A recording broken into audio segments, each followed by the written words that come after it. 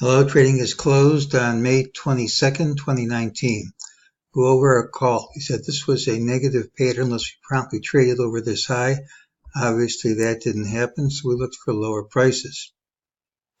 Tomorrow's pattern is the one with the early low. Tends to be a rally day with a low after an hour or two and then rallying into the close. Doesn't have to be, but that's the commonest thing.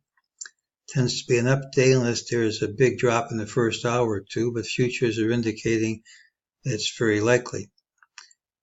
During the day, MEJT said higher prices would print, but the move was false and we'd undercut this low.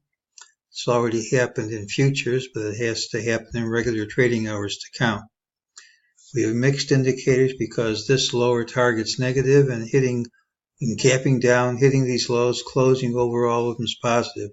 Mixed indicators say the commonest thing is we gap outside the range. So the call for tomorrow, pattern with early low, likely gap outside the range, and here's the target. If the gap is up, that target's probably off the table. If the gap is down, that's already going to print.